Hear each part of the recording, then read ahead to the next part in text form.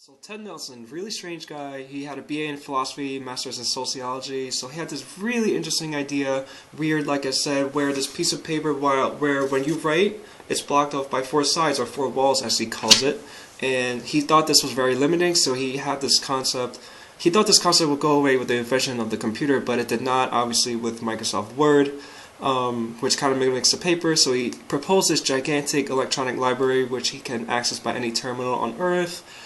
Essentially, this is a global database. So he called this Xanadu.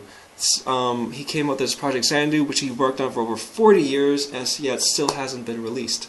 Nelson introduced the term hypertext in 1963, which is essentially the backbone concept for this project. So what is hypertext? Well, hypertext is a text which contains links to other texts that users can immediately access. Later he coined other phrases such as hypermedia, which is the same thing but with media, transclusion, virtuality, intertwingularity, and so on and so forth. Hypertext is the underlying structure of the World Wide Web, so I guess if you could say for the creation of the World Wide Web, Ted Nelson had a lot to do with it.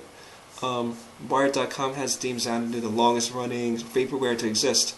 Vaporware is essentially software that teases the public about its release, which is neither released nor cancelled, and Project Xanadu is essentially that. So in conclusion, Nelson was a genius. I would say he's a genius. He's definitely a pioneer and definitely very ahead of his time with his concepts. Thank you.